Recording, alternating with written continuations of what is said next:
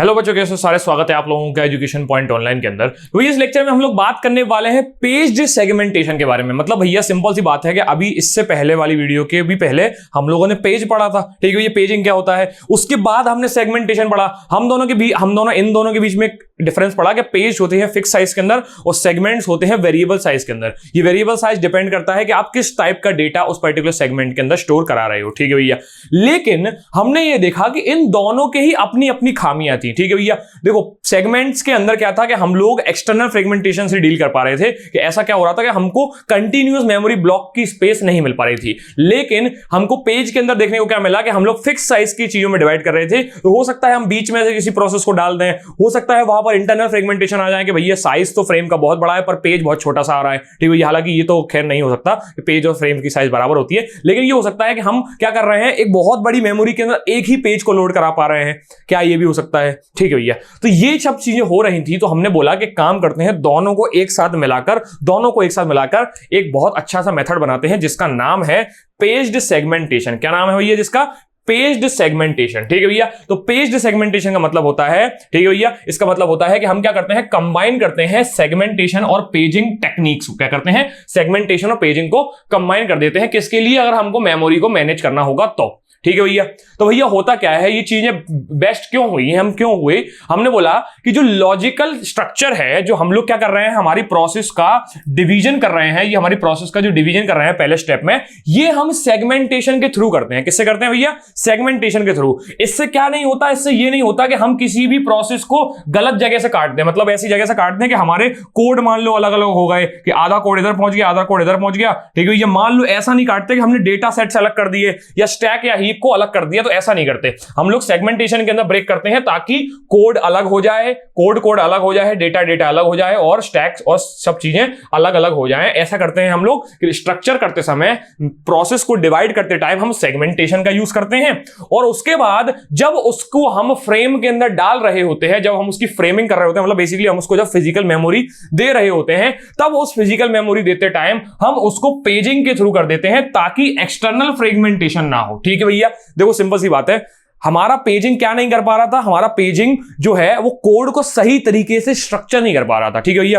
वो रैंडमली किसी भी जगह से काट दे रहा था प्रोसेस को, और हो क्या रहा था, इससे हमारे कोड्स आधे आधे कट जा रहे थे कि आधा कोड उधर चला गया, आधा कोड इधर चला गया। इससे कोड को रन होते टाइम चीजें स्लो हो रही थी। पहले जो कोड जब रन हो रहा था वो स्लो हो रहा था, ठीक है भैया। तो हमने क्या किया, कोड अलग कर दिया, डेटा अलग कर दिया। किसके अंदर? सेगमेंटेशन के अंदर, ठीक है भैया। और उसके बाद जब हम इस कोड को पर्टिकुलर फ्रेम के अंदर लेके जाएंगे, जब हम उसको फिजिकल मेमोरी दे रहे होंगे, तब फिजिकल मेमोरी देते टाइम उसको एक्सटर्नल फ्रेगमेंटेशन से बचाने के लिए हम इसको पेजिंग का सहारा दे देते हैं, ठीक है भैया। अब कैसे देते हैं हम ये देखना शुरू करेंगे। पहले ये डेफिनेशन को आपको लिखना है। क्या करना है? लिखना है या फिर स्क्रीनशॉट ले लेना है ताकि आपने दिमाग के अंदर इसको रख पाओ और एग्जाम के अंदर रिवीजन के टाइम पर भी आपको काम आए, ठीक है भैया। ठीक है, आगे बढ़े, ठीक है भैया। तो जब हम इसको कंबाइन करते हैं तो हमको क्या क्या चीजें देखने को मिलती हैं। मैंने बोला कि हमारे साथ एक्सटर्नल फ्रेगमेंटेशन आ रहा था जब हम सेगमेंटेशन को यूज कर रहे थे। क्यों? क्योंकि डायनेमिकली जब हम मेमोरी को असाइन कर रहे थे तब उस टाइम पे हमको कंटिन्यूअस मेमोरी ब्लॉक नहीं मिल पा रहा था, ठीक है भैया। क्यों? क्योंकि हमारा कोड बड़ा हो सकता है, ठीक है, डेटा छोटा हो सकता है, एड्रेसेस और छोटे हो सकते हैं, स्टैक्स और छोटी हो सकती है, ठीक है। हो सकता है जो डायनेमिक एड्रेसेस होंगे, जो हीप होगी वो काफी बड़ी बड़ी हो। तो जितने वेरिएबल हमारे सेगमेंट्स होंगे उस कारण से हमारे पास एक्सटर्नल फ्रेगमेंटेशन आ रही थी। एक्सटर्नल फ्रेगमेंटेशन क्या होता है मैंने आपको बताया, ठीक है भैया। तो ये चीज ना हो उस टाइम पर हम क्या कर रहे हैं, उस टाइम पर हम पेजिंग का यूज कर लेते हैं, ठीक है भैया, पेजिंग का यूज कर लेते हैं। लेकिन पेज के अंदर भी कुछ खामियां थी। अगर हम सेपरेटली पेज को यूज करेंगे तो इंटरनल फ्रेगमेंटेशन होगा। क्यों? हो सकता है अनयूज स्पेस बच जाए, हो सकता है कहीं पर ऐसा हो कि हम गलत जगह से हमारी प्रोसेस को काट दे, ठीक है भैया। तो हमने बोला कि ये चीजें फिक्स हो जाएंगी अगर हम पेज सेगमेंटेशन यूज करेंगे। मतलब भैया सेगमेंटेशन की हेल्प से हम बढ़िया से लॉजिकली हमारे प्रोग्राम को, हमारी प्रोसेस को डिवाइड करेंगे, और पेजिंग की हेल्प से हम लोग उसको आसानी से स्मॉल ब्लॉक्स के अंदर तोड़कर फिजिकल मेमोरी के अंदर डाल देंगे, ठीक है भैया। क्या नहीं समझ में आई? तो दोनों के क्या क्या सेपरेट खामियां थी और उन दोनों को मिलाने के बाद हमने क्या क्या चीजें अचीव कर ली, ये दोनों इस पेज पे लिखी हुई है, ये बात है, ठीक है भैया। देखा आपने? देखा क्या मैंने बोला कि भैया सेगमेंटेशन की हेल्प से हम लोग एक्सटर्नल फ्रेगमेंटेशन बचाते हैं और पेजिंग की हेल्प से इंटरनल फ्रेगमेंटेशन बचाते हैं, ठीक है भैया। देखा क्या? आगे बढ़े।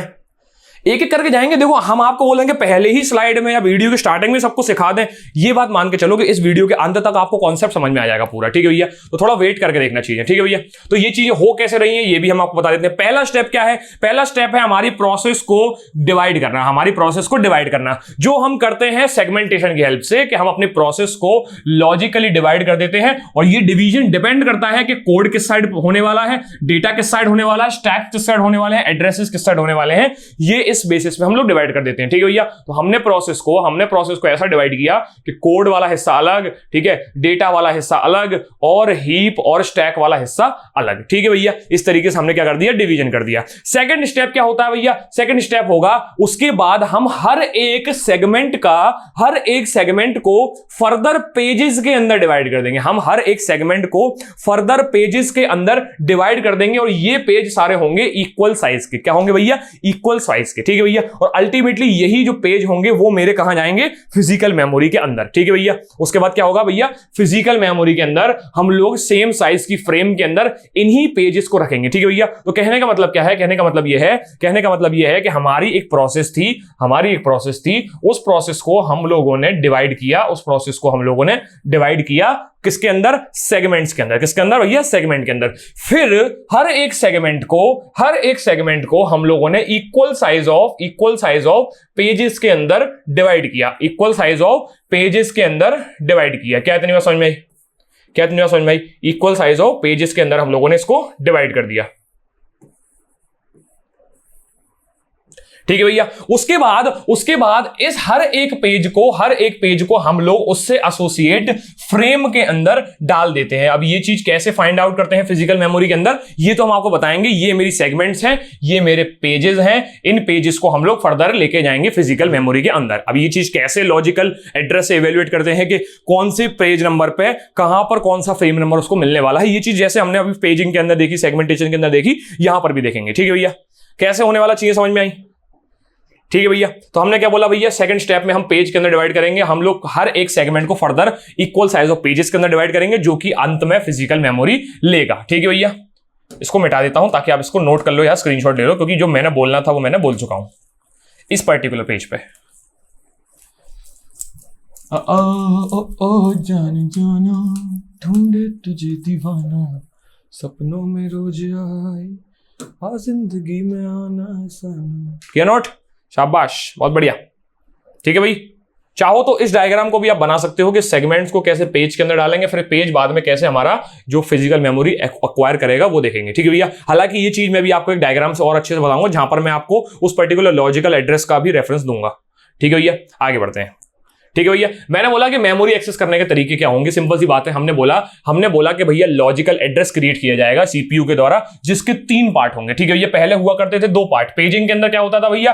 पेज होता था और ऑफसेट होता था। उसके अलावा सेगमेंटेशन के अंदर क्या होता था भैया? सेगमेंट होता था और ऑफसेट होता था, ठीक है भैया। अल्टीमेटली पेज क्या बनता था? पेज ढूंढता था फ्रेम नंबर, और फ्रेम नंबर से जाता था मेमोरी के पास। ऐसे ही क्या होता था? सेगमेंट क्या होता था? सेगमेंट ढूंढता था, सेगमेंट मतलब फ्रेम नंबर ढूंढता था, पर ये कहां ढूंढता था? ये ढूंढता था पेज टेबल के अंदर, ये ढूंढता था सेगमेंट टेबल के अंदर। अल्टीमेटली जाते हम फिजिकल मेमोरी के पास ही थे, ठीक है भैया। अल्टीमेटली हम फिजिकल मेमोरी के पास ही जाते थे। पर यहां पर क्या होगा? यहां पर हमारे 3 पार्ट हो जाएंगे। कितने पार्ट हो जाएंगे भैया? 3 पार्ट हो जाएंगे। ये 3 पार्ट के अंदर क्या होगा? ये 3 पार्ट के अंदर क्या होगा? एक के अंदर होगा सेगमेंट नंबर, एक के अंदर होगा पेज नंबर, और एक के अंदर होगा ऑफसेट। क्या होगा भैया? सेगमेंट नंबर, पेज नंबर और ऑफसेट। क्या होगा? सेगमेंट नंबर, पेज नंबर और ऑफसेट। सेगमेंट नंबर क्या डिसाइड करेगा कि आपके कौन से लॉजिकल सेगमेंट के ऊपर हो आप, ठीक है भैया। मतलब भैया अगर ये मेरी प्रोसेस है, इस प्रोसेस के अंदर ये एक सेगमेंट है, ये एक सेगमेंट है और ये एक सेगमेंट है। मैंने बोला 0 1 2 3, ठीक है भैया। ये मेरे 3 सेगमेंट हैं, तो सेगमेंट नंबर ये बताएगा कि मैं कौन से पर्टिकुलर सेगमेंट के ऊपर हूं, ठीक है भैया। फिर उस पर्टिकुलर सेगमेंट पे मैंने कौन से नंबर के पेज पर डेटा है, मतलब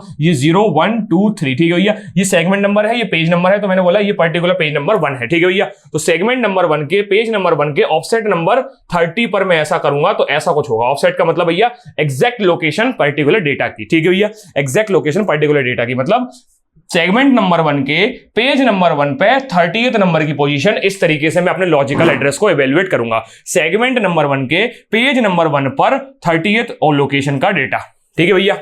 क्या इतनी बात समझ में आई? ठीक भैया, इसको भी नोट किया गया क्या? ठीक है, भैया देखो स्पीड वही होती है, स्पीड वही होती है। अगर चीजें डिफिकल्ट हैं तो स्पीड मेरे को स्लो रखनी पड़ेगी, ठीक है भैया। लेकिन चीजें जब इतनी आसान लग रही हैं तो फिर स्पीड रख के स्लो, आपके एग्जाम का मैं करूंगा टाइम बेकार, ठीक है भैया। आपके एग्जाम क्लोज हैं, ठीक है भैया, तो मैं आपका टाइम बेकार नहीं करना चाहता। कुछ लोग तो इसको एक दिन पहले देख रहे होंगे, तो उनके लिए भी मुझे थोड़ा सा ध्यान देना पड़ेगा, ठीक है भाई, ठीक है भैया। तो कुल मिला के मैंने बोला कि भैया मेरे पास 3 पार्ट हैं। एक होता है मेरा सेगमेंट नंबर, एक होता है मेरा पेज नंबर और एक होता है मेरा ऑफसेट, ठीक है भैया। सेगमेंटेशन कहां से डेटा उठाएगा? सेगमेंट टेबल से। पेज नंबर कहां से डेटा उठाएगा? पेज टेबल से। और अल्टीमेटली ऑफसेट उसको यह बताएगा कि मेरा फाइनल कहां पर डेटा रखा हुआ है। क्या तुम्हें समझ में आई? ठीक है भैया। तो यहां पर मेरी 2 टेबल आ जाएंगी जिसका नाम है सेगमेंट टेबल और पेज टेबल। क्या होगा भैया? सेगमेंट टेबल और पेज टेबल। सेगमेंट टेबल मुझे यह बताएगी कि कौन से नंबर का सेगमेंट है, कोड सेगमेंट है, डेटा सेगमेंट है, स्टैक सेगमेंट है या फिर हीप सेगमेंट है, ठीक है भैया। उसके बाद हर एक सेगमेंट के अंदर एक पेज टेबल के ऊपर हम जाएंगे। मतलब भैया मान के चलो मैं सेगमेंट, मेरे 3 सेगमेंट हैं, 3 सेगमेंट के पहले वाले सेगमेंट के एक होगी पेज टेबल, ठीक है भैया। अब देखो ये सेगमेंट है, इस सेगमेंट के अंदर चीजें पेजेस के अंदर डिवाइड होंगी। फिर कौन से नंबर के पेज पे जाना है मुझे ये पेज टेबल से पता चलेगा। फिर मुझे मान लो पर्टिकुलर पेज भी मिल गया, वो पेज किस फ्रेम के अंदर रखा हुआ है मुझे ये देखना पड़ेगा। फिर उस पर्टिकुलर फ्रेम के अंदर डेटा कौन से लोकेशन पे है ये मुझे उसके ऑफसेट से पता चल जाएगा, ठीक है भैया, ठीक है भैया। एक काम करो, इसको देखो, इसको नोट करो, इसके अंदर इतना कुछ नहीं था। अभी मैं आपको एक डायग्राम दिखाऊंगा, डायग्राम से आपको चीजें समझ में आ जाएंगी, ठीक है। 2 टेबल होती थी, आपको ये बताना चाहता था मैं बस। इस डायग्राम को देखो, बड़े ध्यान से देखना। मैंने बोला एक लॉजिकल एड्रेस जनरेट होता है जिसके 3 पार्ट होते हैं, ठीक है भैया, सेगमेंट, पेज और ऑफसेट, ठीक है भैया। चलो उसके बाद क्या होगा ये कि सबसे पहले मुझे सेगमेंट्स के अंदर जाना पड़ेगा। मैंने बोला कि मेरे कोड के अंदर मान लो 3 सेगमेंट है। मैंने बोला मेरे कोड के अंदर 3 सेगमेंट है, ठीक है भैया। ये मेरा कोड है, मान लो ये मेरा कोड है। इस कोड के अंदर कितने सेगमेंट है? 3 सेगमेंट है, ठीक है भैया, ठीक है भैया।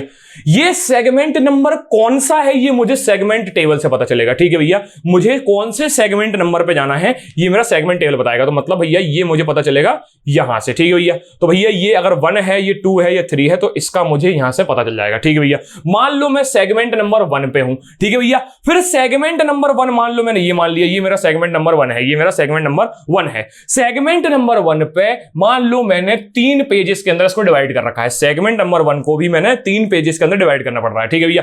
फिर वो कौन से नंबर का पेज है ये मुझे पेज टेबल बताएगी। क्या बताएगी भैया? पेज टेबल बताएगी कि कौन से नंबर का पेज है, ठीक है भैया। पेज टेबल जैसी मुझे पता चल जाती है तो पेज टेबल से मुझे पर्टिकुलर क्या पता चल जाएगा? वो पेज नंबर, ठीक है भैया। क्या पता चल जाएगा? वो पेज नंबर कौन सी फ्रेम के अंदर जाने वाला है, वो पेज नंबर कौन सी फ्रेम के अंदर जाने वाला है ये मुझे बता देगा यहां पर, ठीक है भैया। फ्रेम सीक्वेंस मुझे बता देगा। बिल्कुल सेम तरीका है पेजिंग के अंदर। मैंने क्या किया था? मैंने बोला था ये मेरी पेजेस हैं, ये 3 पेजेस के अंदर मैंने डिवाइड किया। ये पेज मुझे क्या मिलेगा? एक लॉजिकल एड्रेस देगा, एक होगा पेज नंबर और एक होगा ऑफसेट। ये पेज नंबर से मुझे पता चल जाएगा कि कौन से नंबर की फ्रेम पे है, ठीक है भैया। पेज नंबर से मुझे क्या पता चल जाएगा? फ्रेम नंबर, ठीक है भैया। ये फ्रेम नंबर और ये ऑफसेट मिला के मुझे क्या दे देगा? मेरा फिजिकल एड्रेस दे देगा। क्या तुम्हें समझ में आई? मैंने क्या होगा? मान लो मैंने बोला 0 1 2 3, ठीक है भैया। तो यहां पर 0 1 2 3 होगा। मैंने बोला दूसरे नंबर का जो पेज है वो तीसरे नंबर के फ्रेम पर रखा हुआ है। इसका मतलब भैया लॉजिकल एड्रेस में मेरे तीसरे नंबर का फ्रेम और ऑफसेट नंबर मान के चलो 2 है, ठीक है भैया। इसका मतलब दूसरे नंबर का डेटा, ठीक है भैया, सॉरी तीसरे नंबर का डेटा 0 1 2, ठीक है, तीसरे नंबर का डेटा। तो अब होगा क्या? अब होगा ये कि तीसरे नंबर की फ्रेम पे मुझे दूसरी जगह पहुंचना है। मतलब मेरे को एक फॉर्मूला लगाना पड़ेगा कि फ्रेम नंबर कौन सा है? 3 इंटू पेज साइज कितना है? 4 प्लस ऑफसेट कितना है? 2। इससे मुझे पता चल जाएगा मेरा फ्रेम नंबर, ठीक है भैया। फिजिकल एड्रेस मुझे इससे पता चल जाएगा, ठीक है भैया। सिमिलर तरीके से होता है अगर मैं अकेले सेगमेंट को उठाऊंगा, बस यहां पर जो डिवीजन होता है वो अनइक्वल होता है, डिफरेंट साइज का होता है। सेम तरीके से ये चीज इवैल्यूएट होती है। लेकिन जब मैं ये बोलता हूं कि ये तो एडवांटेज डिसएडवांटेज पे आ गए हम गलती से, लेकिन जब मैं बोलता हूं कि ये चीज कंबाइन होती है तो कॉम्बिनेशन में देखो कि इस स्टेप पे मैं ये ढूंढूंगा कि कौन से पेज से कौन सा फ्रेम नंबर आया है। और फिर जब मुझे पेज और फ्रेम नंबर पता चल जाएगा तो मैं सेम फॉर्मूला लगाऊंगा, बोलूंगा frame into page size plus offset, ठीक है भैया। इस स्टेप पे मैं ये सेम फॉर्मूला लगाऊंगा जहां पर ये वाली चीज मुझे पता चलेगी। जब मुझे ये पता चल जाएगा ना कि फ्रेम नंबर कौन सा है, तब मैं ये सेम फॉर्मूला लगा के इस जगह का मेन मेमोरी का एड्रेस पता करूंगा, ठीक है भैया। अब मैं ये चीजें मिटा नहीं रहा हूं क्योंकि ये मैंने आपको समझाने के लिए बताया था और आपको इसी तरीके से डायग्राम को बनाया आपने, ठीक है भैया। ये जो लॉजिकल एड्रेस है ये जनरेट होता है सीपीयू के द्वारा। नोट किया गया?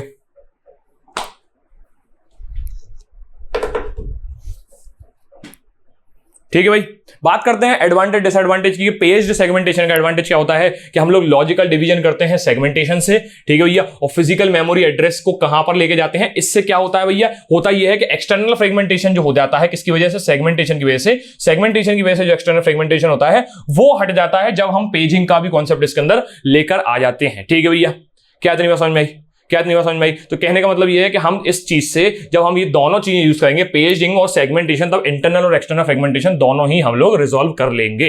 ठीक है भैया, पर इससे होगा क्या डिसएडवांटेज कि चीजें थोड़ी सी कॉम्प्लेक्स हो जाएंगी, और जब हम दो टेबल से चीजों को लेकर आएंगे तो चीजें स्लो भी हो जाएंगी। क्यों? क्योंकि हमको हमारा एड्रेस जो डिराइव करना पड़ रहा है वो दो टेबल की मदद से करना पड़ रहा है कि पहले सेगमेंट पे जाओगे, सेगमेंट से पेज ढूंढोगे, पेज से क्या ढूंढोगे, फ्रेम नंबर, फ्रेम से सीधे पहुंचोगे फिजिकल एड्रेस पे। ठीक है भैया, तो इससे चीजें स्लो भी हो जाएंगी। ठीक है भैया, आगे बढ़ेगा, आगे क्या बढ़ना है, वीडियो एंड हो चुकी है। ठीक है भैया, इसके बाद क्या जाएंगे हम भैया, इसके बाद जाएंगे भैया हम लोग वर्चुअल मेमोरी की डिमांड पेजिंग वाले कॉन्सेप्ट पे। अगर आप चाहो तो उसके ऊपर मैं वीडियो डाल सकता हूं। इसके अलावा बस इस पूरे यूनिट के अंदर पेज रिप्लेसमेंट एल्गोरिदम है, जिसके अंदर LRU पेज रिप्लेसमेंट एल्गोरिदम काफी इंपॉर्टेंट होती है, वो मैं आपको बताऊंगा। मिलते हैं नेक्स्ट लेक्चर के अंदर, तब तक के लिए सीताराम।